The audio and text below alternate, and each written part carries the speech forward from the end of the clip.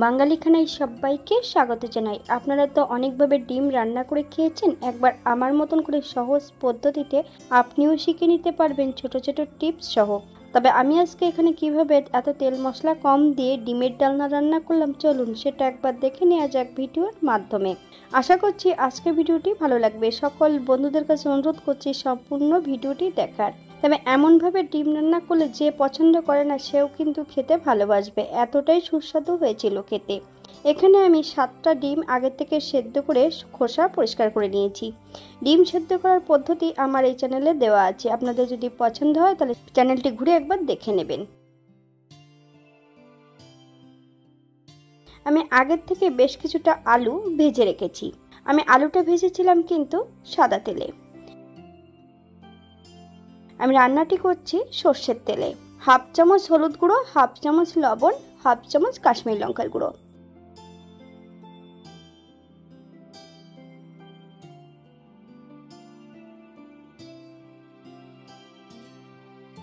এই পর্যায়ে এক এক করে সম্পূর্ণ ডিমগুলো অ্যাড করে দেব। উল্টিয়ে পাল্টিয়ে ডিমগুলো 3 থেকে 4 মিনিটের মতন মিডিয়াম আঁচে ভেজে নিতে হবে। আমি কিন্তু এখানে ডিমগুলো খুব বেশি ভাজবো না, আপনারা আপনাদের পছন্দ মতন ডিমগুলো ভেজে নিতে পারেন। বাঙালি রান্না ঘরোয়া উপকরণ দিয়ে আপনাদের যদি রান্নাগুলো পছন্দ হয় তাহলে চ্যানেলটি সাবস্ক্রাইব করে দিয়ে পাশে থাকবেন। পাশে থাকা বেলটি বাজিয়ে দেবেন, নইলে নিত্য নতুন রান্নার নোটিফিকেশন পাবেন না। এই চ্যানেলে বিভিন্ন ধরনের আমিষ নিরামিষ রেসিপি দেওয়া আছে, আপনাদের যদি পছন্দ হয় তাহলে চ্যানেলটি ঘুরে একবার দেখে নেবেন। এই পর্যায়ে তেল থেকে সম্পূর্ণ ডিমগুলো তুলে নেব। আপনারা এর থেকে কম বেশি ভেজে নিতে পারেন। একই তেলে রান্না করব। ফোড়নে রেখেছি সাদা জিরে।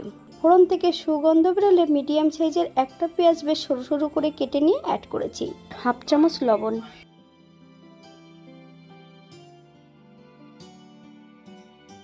এই পর্যায়ে অ্যাড করব বেশ কিছুটা রসুন বাটা। এই রান্নাতে কিন্তু একটু রসুনের পরিমাণটা বেশি লাগবে, আপনারা আপনাদের পছন্দ মতন রসুনটা অ্যাড করতে পারেন। পেঁয়াজ রসুন থেকে যতক্ষণ কাঁচা গন্ধ ছাড়বে ততক্ষণ বেশ ভালো করে ভেজে নিতে হবে।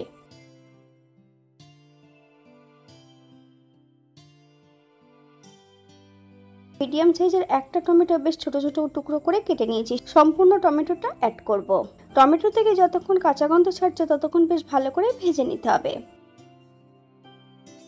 আগে থেকে আমি বেশ কিছুটা মশলা বেটে রেখেছি, আদা জিরে লঙ্কা, এর মধ্যে অন্য অন্য মশলা একটু মিশিয়ে নেব। হাফ চামচ কাশ্মীরি লঙ্কার গুঁড়ো, হাফ চামচ হলুদ গুঁড়ো, 2 চামচ কাঁচা সর্ষের তেল। মশলাটা বেশ ভালো করে মিশিয়ে নিতে হবে। আজকে কিন্তু আমি এখানে কাঁচা লঙ্কাটা বাটা অ্যাড করেছি, আপনারা এখানে শুকনো লঙ্কা যদি পছন্দ করেন তাহলে অ্যাড করতে পারেন।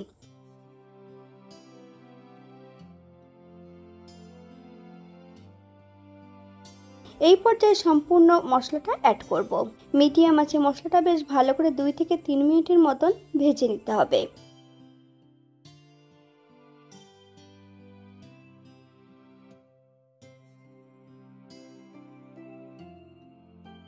এই পর্যায়ে অ্যাড করব মশলা ধোয়া বাটি থেকে বেশ কিছুটা জল।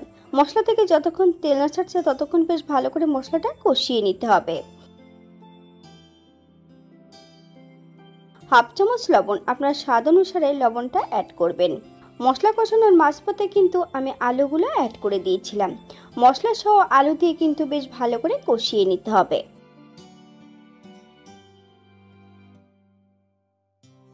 মশলা কষানোর শেষ পর্যায়ে এই পর্যায়ে অ্যাড করব 1 কাপ জল। আপনাদের যতটা গ্রেভির প্রয়োজন আপনারা ততটা জল অ্যাড করতে পারেন। 5 থেকে 7 মিনিটের জন্য ঢাকা দিয়ে রেখে দেব মিডিয়াম আঁচে। আমি কয়েকটা এখানে কাঁচা লঙ্কা অ্যাড করেছি, আপনারা যদি পছন্দ করেন তাহলে পরিমাণে বাড়িয়ে দিতে পারেন, অথবা যতক্ষণ আলুগুলো সেদ্ধ না হচ্ছে ততক্ষণ ঢাকা দিয়ে রেখে দিতে হবে। 7 মিনিট পর এই পর্যায়ে একবার চেক করে নেব যে আলুগুলো সেদ্ধ হয়েছে কিনা।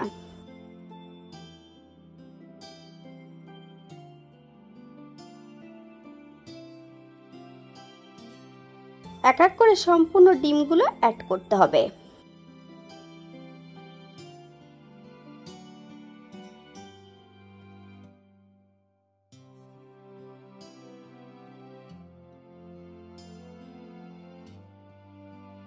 এক চামচ চিনি, আপনারা যদি পছন্দ করেন তাহলে পরিমাণে বাড়িয়ে দেবেন। তবে চিনি অ্যাড করার পর কিন্তু 3 থেকে 4 মিনিটের মতন হাই ফ্লেমে রান্না করে নিতে হবে।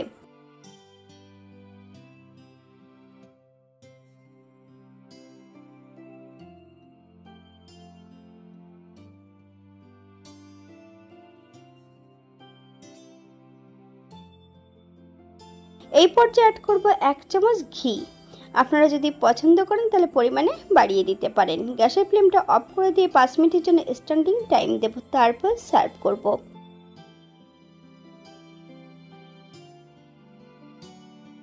এটা দেখতে যেমন ভারী সুন্দর হচ্ছে, এটা গরম ভাতে, রুটি, পরোটা সবকিছুর সঙ্গে অসম্ভব ভালো লাগবে। আপনারা বাড়িতে একবার একই পদ্ধতিতে বানিয়ে নেবেন।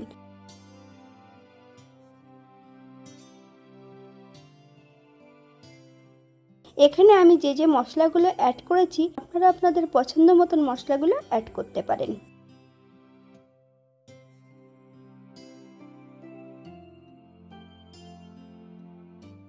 আজকের ভিডিওটি এই পর্যন্ত। সবাই সুস্থ থাকবেন, ভালো থাকবেন। অন্যদিন নতুন রেসিপি নিয়ে আপনাদের সামনে আবার আমি হাজির হব।